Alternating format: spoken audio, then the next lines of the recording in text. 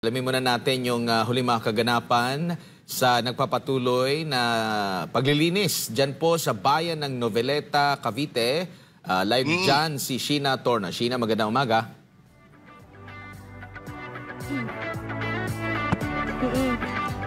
Admar, MJ and Sir J, maulan no na umaga sa inyo. Partikular dito pa rin tayo na nagpapatuloy yung ating special coverage dito sa Barangay San Antonio 1 sa bayan ng Noveleta sa Cavite.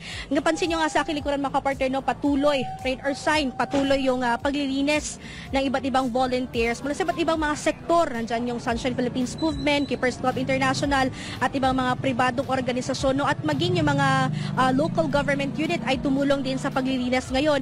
Etong paglilinis kasi natin ngayong araw mga kaparte ay medyo malawak kasi may mga naglilinis dito sa bahagi ng itong habaan ng kalsada na ito dito sa Barangay San Antonio.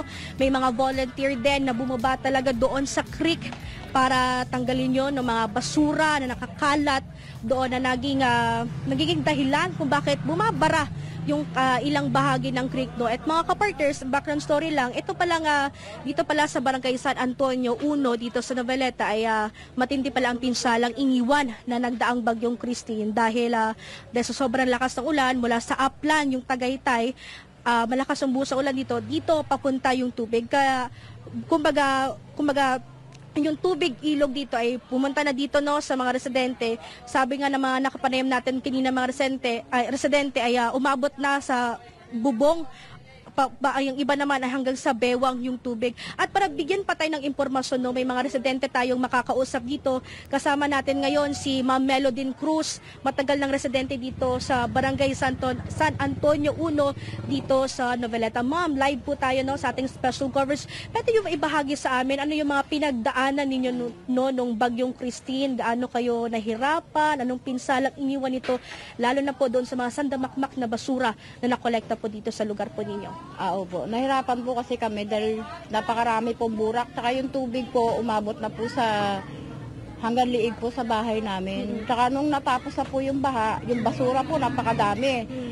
Ay, yung mga sasakyan po na labas-pasok, hindi na po sila makapasok na sa sobrang dami po. Kaya ang ginawa po ng mayor namin, panaluder ang ginawa para lang malinis yung Barangay San Antonio. Ma'am, yung mga basura bang nakolekta ninyo, nakuha po ba yon dito lang sa lugar ninyo or mga basurang inanod na mula sa iba't ibang mga barangay po? Sa iba-ibang barangay po kasi pag bumaha na po sa upland, yung mga troso po dito po nagpupuntahan sa amin. Ma'am, anong nangyari doon sa mga kabahayan? Siyempre sinabi nyo kanina ang daming troso, ang daming basura. Anong epekto nun dito sa inyo, ma'am? Mahirap po kasi ang gaya po ng mga pader namin nagkandawasak po dahil nga po doon sa baha. Kaya po pati po mga gamit namin nagkandalunod po lahat. Halos wala po kaming natira na gamit. Parang panibagong na ulit na mga gamit. Kaya Ma'am, yung sunod-sunod ba na mga bagyo, nag-iwan ba to na parang trauma sa inyo, lalo na doon sa mga sobrang daming basura? Opo, trauma po talaga kasi nga ngayon lang po ang napakalaking baha sa amin ngayong Christine na to. Ang napakalaki ang baha.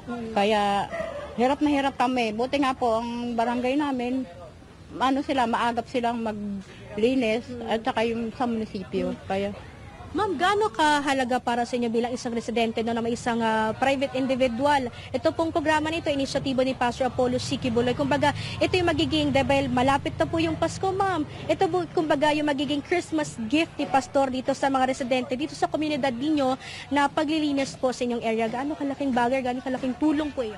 malaking bagay po kasi dahil po sa paglilinis ng malilinis na po ang barangay namin. Kasi para po sa amin, napakahirap kasi may burak, may mga basura.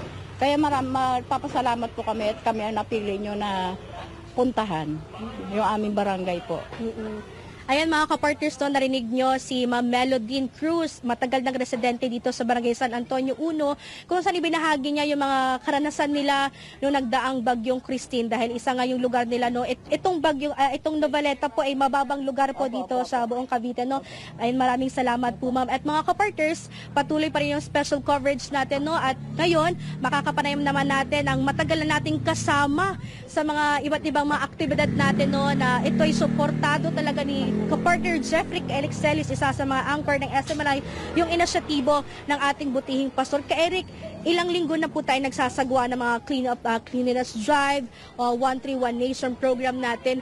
Gaano ka-importante, Ka-Eric, ibalikan ko lang ito, yung community, yung kumbaga pagtutulungan ng komunidad at ng mga, ito ni Pastor Apollo C. Kibuloy sa panahon natin ngayon. Especially, Ka-Eric, no, panahon ng Christmas, kumbaga ito yung kumbaga way ni Pastor sa mga kababayan natin na isang regalo kasi syempre pag Christmas, Ka-Eric, maganda kung malinis yung lugar natin, mga kapartner, maaliwalas, sigat at maayos. Gaano ka-importante yun, Ka-Eric? Ay, napakahalaga at pambihira ang pamamaraan ni Pastor Kibuloy at ng Kingdom of Jesus Christ na makipagkaisa sa iba't ibang komunidad at sektor ng lipunan upang pukawin ang tinatawag na collective spirit of unity and mobilization. Ibig sabihin po, through the program ni Pastor na paglilinis, pagpupukaw, pagpapakilos, ay nabubuo ang collective consciousness of the Filipino people. Pang-anim na serye na ito eh. And even we're getting closer to the Christmas season or the Christmas celebrations, mas naging makabuluhan ang pagpunta natin sa Barangay San Antonio 1 dito sa Noveleta sapagkat mas lalo po nating nakita ang kahalagahan or the value of a very dedicated and committed community and sustainable programs laban po sa climate change impact at pati na po sa pagpapakilos ng tao na sila ay maging bahagi ng paglilinis at pangangalaga ng mga ilog, sapa, kabundukan at pati na po ng kanilang barangay. Ka-Eric, kung mapapansin natin, yung sa gobyerno, Ka-Eric, kahit anong sinasabi nila, pero problema pa rin natin yung basura.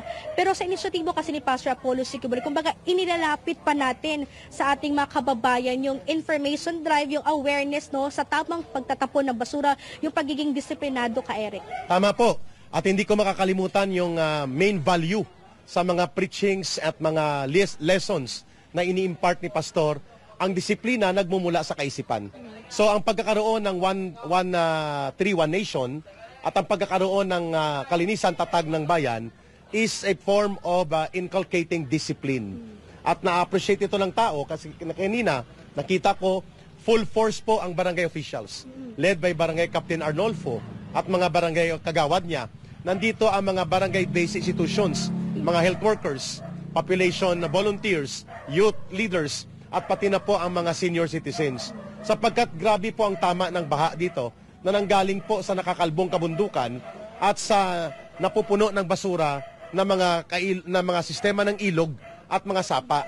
And that is the reason na na-appreciate siguro ng taong bayan itong solidarity action ni Pastor Kibuloy at ng Kingdom of Jesus Christ in a very important situation na katatapos lang ng kalamidad na sumalanta sa barangay na ito. Ka-Eric, isa din pala sa mga, kumbaga, concern ng mga residente dito no, sa Barangay San Antonio 1, yung kumbaga yung development dito daw sa kanilang lugar, kumbaga yung sunod-sunod na mga construction, kumbaga mas nagiging malalim yung lupa nila dito. Kung panahon ng malakas ang ulan, umaapo yung tubig dito sa ilog, dahilan kung kahit bumabaha dito sa kanilang mga bahay. That is correct. Ang kakulangan po ng urban planning, ang kakulangan po ng sustainable design of planning on how to develop ang mga buildings, houses, vis-a-vis sa natural na layout ng geological situation ay nagkakaroon po ng conflict doon sa naturalisa o pangkalikasan na kalagayan at sa modernong pagpasok ng mga construction at mga development. So nakita ni Pastor Kibuloy na dapat mag-synchronize ito. There is really a need for synchronization and improvement of urban planning sapagkat binanggit niya ng isang urban planner, si Architect Palafox, na si Pastor Kibuloy is a visionary. Paano niya nakikita na ang development of modern times, construction boom, at mga real estate development will not run counter into the development of natural situation ng mga geological and natural resources ng ating bansa. Mahalaga po yun. Ka-Eric, magpapasko, in spite sa sitwasyon ng ating butihing pastor, no, nagpapatuloy. Kumbaga, Ka-Eric, hindi siya ningas-hugon ba na programa na sinasabi natin na hindi siya one-time, big-time na hindi, continuous ba? Kumbaga, yung sustainability ng programa ni Pastor at ito kasi talaga yung dadalhin ni Pastor sa Senado. Ka-Eric, gaano ka-importante na magpapasko tapos may mga ganitong klaseng aktibidad, inisyatibo ng ating butihing pastor? Ay marapat lamang po na nagdesisyon ang COMELEC. Isingit ko na lang ito, no? Mamarapatin lang na ibasura ang bugos na disqualification. laban kay Pastor sa kanyang righteous candidacy at sa kanyang napipintong righteous leadership to participate in good governance. Kaya maraming salamat sa wisdom and rationality of COMELEC na ibinasura ang isang panghaharas at pananakot at panggugulo na disqualification complaint laban kay Pastor. Sapagkat napakahalaga po ng isang leader ay hindi lamang visionary, kundi action-oriented, mission-focused. Yan po ang righteous leadership ni Pastor Kibuloy. At dahil dyan, hindi nahahadlangan po ng kulungan o ng kaso ang pananakot na supilin ang pagiging mabuting tao at mabuting leader at ihemplo ni Pastor Kibuloy sa sambayan ng Pilipino. Kaya natutuwa tayo na bahagi tayo ng ganitong inisyatiba with consistency and sustainability to protect our environment and to sustain the patrimony and the wealth of our country sa pagiging responsable sa kalikasan ng bawat isang Pilipino.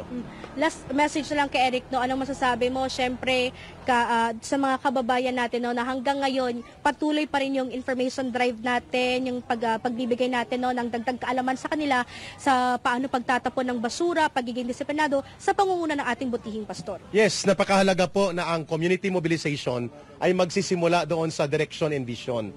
At mayroon tayong nakukuha na social experience o karanasan ng mga tao that makes them or make them realize na ang participation ng tao at disiplina ay magkatuwang yan. At yan ay nanggagaling sa isang mabuting plano, mabuting direksyon, at yan ang mensahe na nagugustuhan ko personally kay Pastor Kibuloy at nakikita kong bibit-bitin niya in the kind of good governance that he can contribute so immensely in our country. Bigyan ko din kay Eric, no, hindi lang ito mga kapartner, no, hanggang ngayong taon 2024 hanggang sa mga susunod pa pong taon ay magpapatuloy yung programa, inisyatibo ni Pastor Apollo C. Kibuloy patungkol sa kalinisan. Maraming salamat kay Eric. Ayan mga kapartner, no, nakasama natin si kapartner Jeffrey kay Alex Celis, ay isa sa mga SMNI Angkor. Makakita niyo pa rin sa aking likuran, patuloy pa rin yung paglilinis ng ating mga volunteer mula sa iba't ibang sektor dito nga sa Barangay San Antonio 1 dito sa Noveleta, Cavite. Balik sa inyo mga kapartner. Maraming salamat si Sheena Torno live dyan sa Noveleta, Cavite. At alam mo ba, Sir Jay, partner MJ, way back bago matapos ang October nang sinalanta sila ng mga pagbaha, no, nabanggit kanina dahil kay Bagyong Christine. At nakapanayam during that time ang mayor ng Noveleta na si Mayor Dino Reyes Chua at sinasabi niya na mas, mas worst since Undoy yung nangyari na yun dahil umabot na, nabanggit kanina, umabot na hanggang bubong eh. So isa itong Noveleta sa malimit na binabaha, lalo na during may mga bagyo.